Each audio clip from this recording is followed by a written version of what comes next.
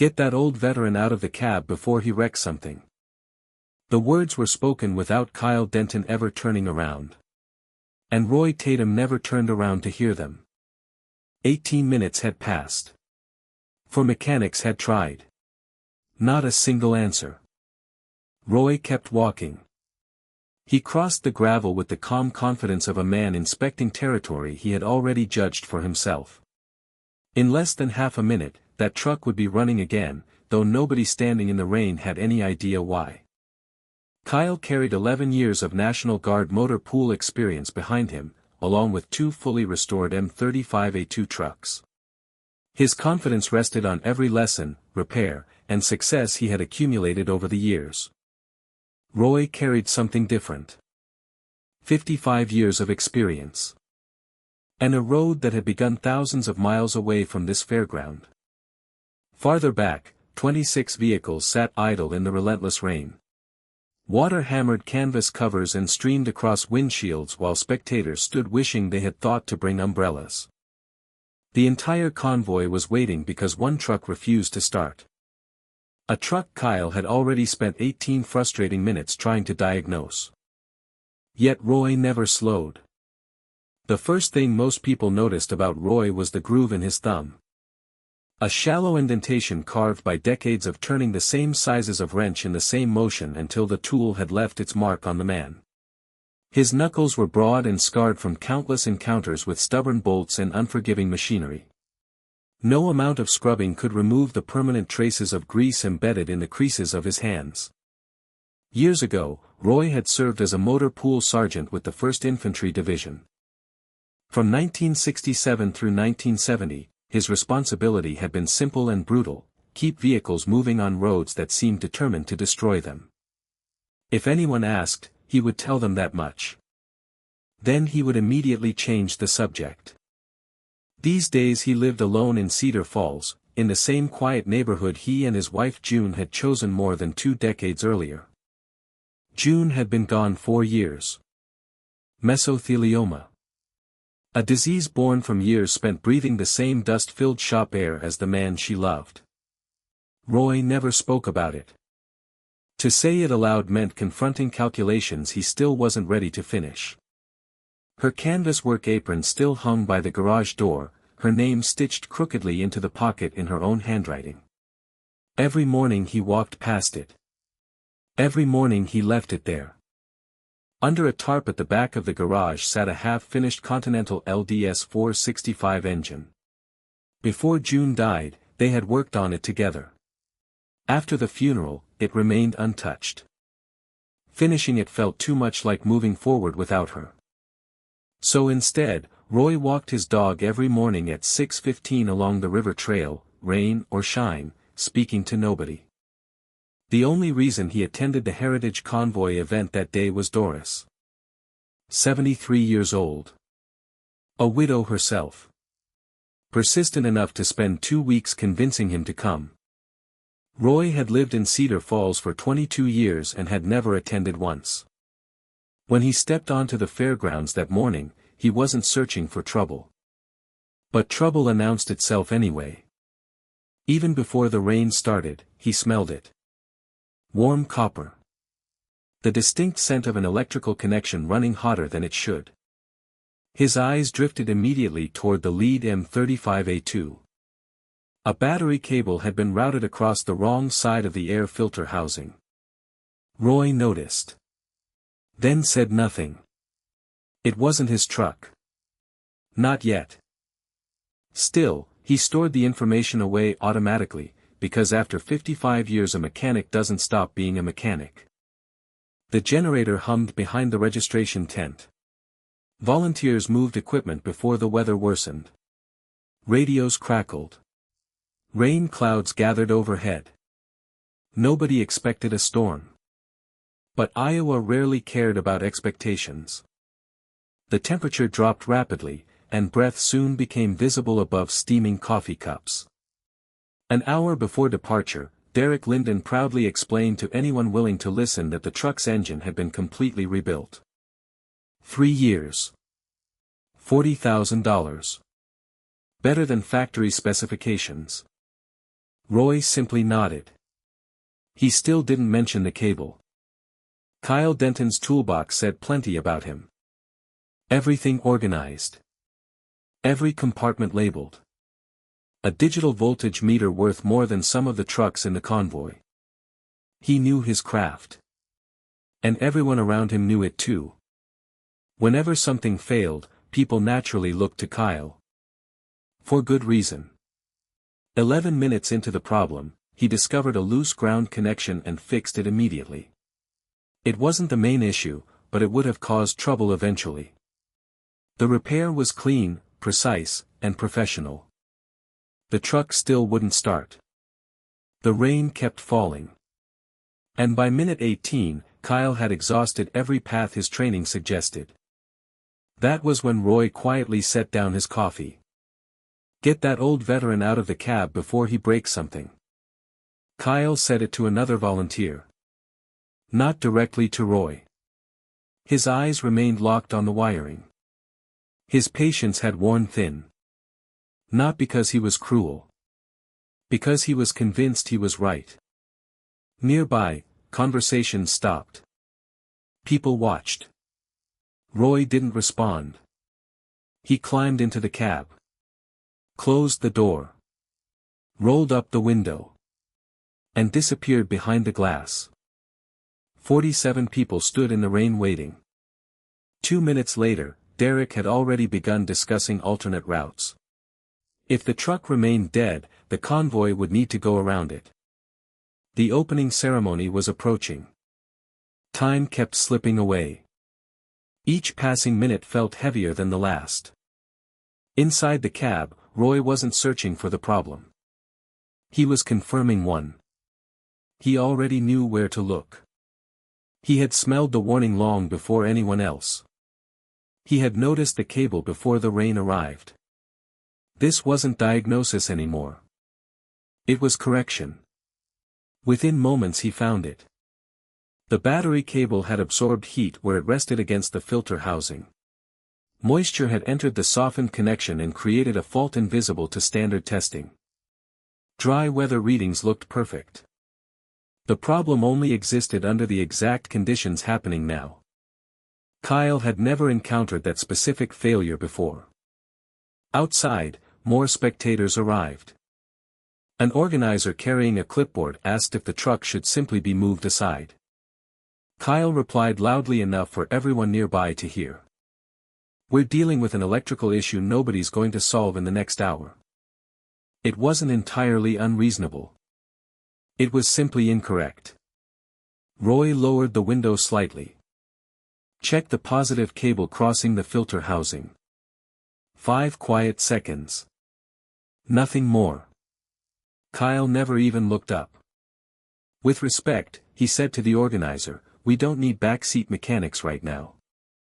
A few tired laughs spread through the crowd. The window closed again. For a brief moment, Roy considered walking away. He could tell Derek what he had found. Let someone else finish. It wasn't his truck. Wasn't his convoy. And he was 78 years old standing in cold rain. Then another memory surfaced. 55 years earlier. A dark road near Dao Tiang. A breakdown that took too long to diagnose. 11 minutes. A soldier named Decker Sims never survived the 11th minute. Roy had been the junior mechanic on duty that night. The official report never blamed him. But Roy had blamed himself enough for everyone. Since then, he had never allowed himself to be slow again. Compared to that night, this rain meant nothing. His hand returned to the wire. Outside, people kept discussing detours. Inside, the solution was already underway. Roy worked by touch more than sight. He traced the cable. Found hidden corrosion. Used the same pocket knife he'd carried since 1968. Carefully removed damaged material. Rerouted the connection. Built a proper electrical path. No rushing. No hesitation. His breathing remained steady. The windshield fogged gently with each calm breath. Then his hand found the ignition key. He paused. Only for a moment. The way someone pauses before opening a door to a room they already understand. Then he turned it. The engine erupted instantly. Not a sputter.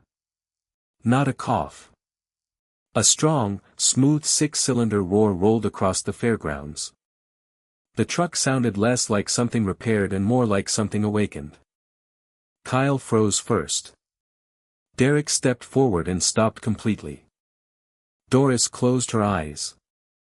Frank Ambrose removed his cap. No one asked him to. Roy climbed out with the same calm pace he had climbed in. He handed Derek the keys. Battery cable was routed wrong.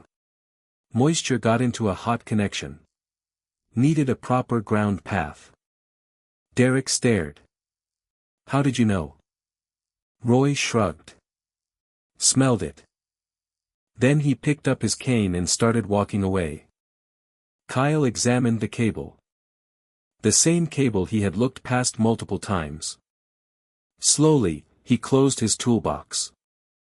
For the first time all morning, the expensive meter in his hand felt useless. Frank caught up to Roy. You've done this before. Not a question. A statement. Roy didn't answer.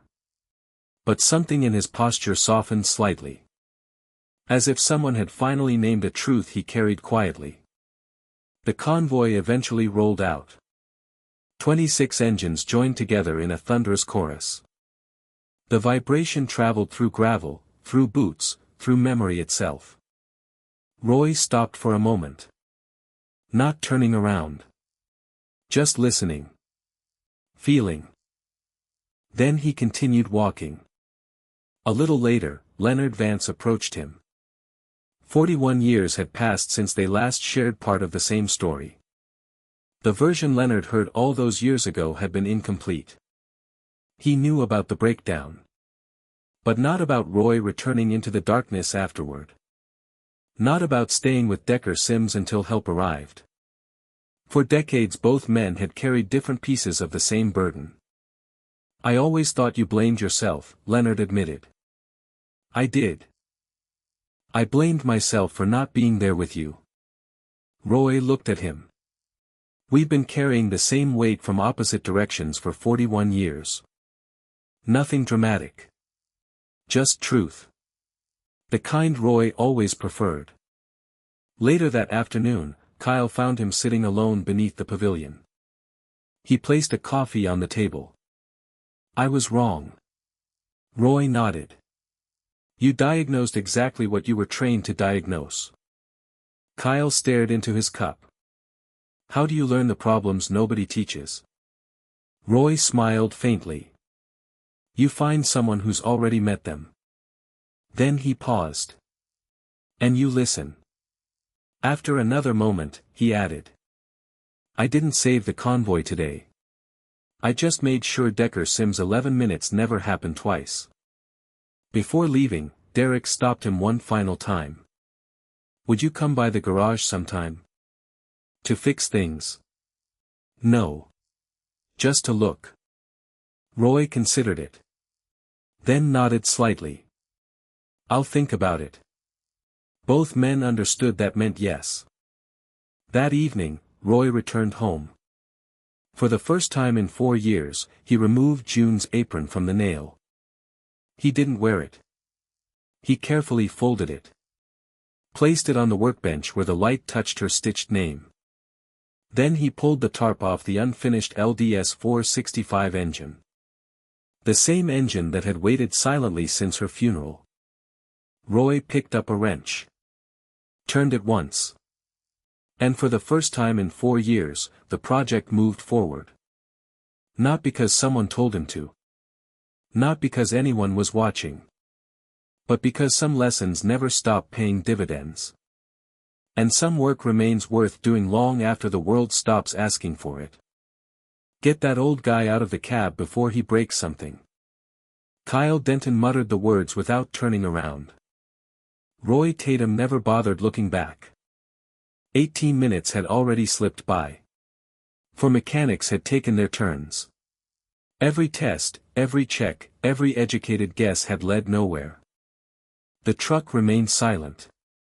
Roy kept moving. He crossed the rain-soaked gravel with the steady pace of someone who wasn't in a hurry because he already knew where he was going. In less than a minute, that stalled truck would come back to life, though nobody gathered around it had the slightest idea why. Kyle stood backed by 11 years of motor pool experience, countless repairs, and 2 military trucks he had restored with his own hands. Everything he knew told him he had already checked every reasonable possibility. Roy stood backed by something different. 5.5 decades of hard-earned experience. And memories from roads far removed from an Iowa fairground. Down the line, 26 vehicles sat waiting in the relentless rain. Water drummed against canvas covers and splashed across muddy ground. Drivers watched their schedules slipping away while spectators gathered under every shelter they could find. The entire convoy was being delayed by a single truck. A truck Kyle couldn't start. A truck Roy had already figured out. The signs had revealed themselves long before anyone noticed. Roy's hands told part of his story. The thickened knuckles. The faded scars. The groove carved into his thumb by decades of turning wrenches. Those weren't marks of age. They were marks of repetition. Evidence of thousands upon thousands of repairs performed over a lifetime. During his years with the 1st Infantry Division, Roy's job had been keeping military vehicles alive in conditions that destroyed equipment and exhausted men. Roads, weather, mud, heat, and combat all worked against him. The vehicles moved anyway. Because Roy made sure they did. If someone asked about his military service, he'd answer politely. Then he'd move on. He never enjoyed talking about himself. These days his life was quieter. He lived alone in Cedar Falls, in the house he and his wife June had chosen decades earlier because neither of them wanted excitement. They wanted peace. June had passed away 4 years ago. The garage still carried traces of her. Her old work apron remained hanging beside the door, exactly where she'd left it. Roy walked past it every day and never once considered taking it down. Beneath a tarp sat an unfinished engine they had planned to complete together. After the funeral, Roy stopped working on it. The project waited. Just like many things in his life. Instead of rebuilding engines, he spent his mornings walking along the river with his dog, speaking to nobody and keeping mostly to himself. The only reason he attended the convoy event at all was because Doris wouldn't stop asking. For 2 weeks she reminded him. For 2 weeks he found excuses. Eventually he gave in. The moment he arrived at the fairgrounds, his instincts switched on. Mechanics notice things. The good ones never stop noticing. Before the rain even began, Roy smelled something unusual. Hot copper. The faint scent of an electrical connection carrying more heat than it should. His eyes immediately found a battery cable routed incorrectly across an air filter housing. He noticed it. Stored the information. Said nothing. The truck wasn't his responsibility. At least not yet. Nearby, volunteers rushed around preparing for the parade. Radios crackled. Generators hummed. Coffee steamed in paper cups as the temperature dropped. Nobody expected bad weather. The weather arrived anyway. An hour before departure, Derek Linden proudly explained how the truck's engine had been completely rebuilt. 3 years of work. $40,000 invested. Every component restored beyond factory condition. Roy listened quietly. He nodded. And kept the cable problem to himself. Kyle, meanwhile, had become the unofficial authority on mechanical issues around the event. His tools were organized. His methods were precise. People trusted him because he had earned that trust. When equipment failed, Kyle was usually the person who fixed it. This time felt different. He found one problem. Then another. Corrected everything he discovered. Yet the truck refused to cooperate. Minute after minute passed. Rain continued falling. Frustration slowly replaced confidence. Then Roy set down his coffee. Get that old guy out of the cab before he breaks something. Kyle didn't mean it as an insult. He meant it as certainty. He believed the situation was already under control. Roy offered no response. He climbed into the truck, closed the door, and disappeared behind the rain-speckled glass. People watched. They waited. Some exchanged doubtful looks. Others simply hoped for a miracle. Inside the cab, Roy wasn't troubleshooting. He was verifying. The problem had already introduced itself hours earlier through smell, placement, and experience. He knew where to look. His hands moved directly toward the fault. Less than a minute later he found it. The battery cable had absorbed heat where it rested against the housing. Moisture had entered the compromised connection and created a failure that standard testing wouldn't easily reveal. On a dry day, everything looked normal. Today wasn't a dry day. Outside, event organizers were already discussing backup plans. Someone suggested moving the truck aside. Someone else worried about delaying the ceremony. Kyle eventually announced that the electrical problem might take another hour to locate. That assessment sounded reasonable. Unfortunately, it was already outdated. Roy cracked the window. Checked the positive cable crossing the filter housing. A simple observation. Nothing more. Kyle barely acknowledged it. We don't have time for guesses right now. A few weary spectators chuckled. The window closed. For a brief moment, Roy considered leaving. He could explain what he had found. Let someone else finish. After all, he wasn't responsible for any of this. Then an older memory surfaced. One he carried everywhere. Many years earlier, on a dark road near Dao Tiang, a breakdown had delayed a convoy. 11 minutes. A soldier named Decker Sims never survived those 11 minutes. Roy had never forgiven himself. No report blamed him. No officer blamed him. Roy blamed himself enough for everyone. From that day forward, he promised himself something. Never be slow again. The rain outside the fairgrounds felt insignificant compared to that memory. His hands returned to work. Carefully. Methodically. He located hidden corrosion. Cut away damaged material. Rerouted the connection. Built the proper electrical path. Every movement looked effortless. Not because it was easy. Because he'd practiced for decades. When everything was ready, Roy reached for the ignition. He paused briefly. Then turned the key. The response was immediate. A deep, healthy engine roar exploded from beneath the hood. No hesitation. No sputtering. No struggle. Just power. The sound rolled across the fairgrounds and silenced every conversation nearby. Kyle froze. Derek stared. Doris closed her eyes in relief. Frank Ambrose quietly removed his hat. Nobody asked him to. It simply felt appropriate. Roy climbed out. Handed Derek the keys.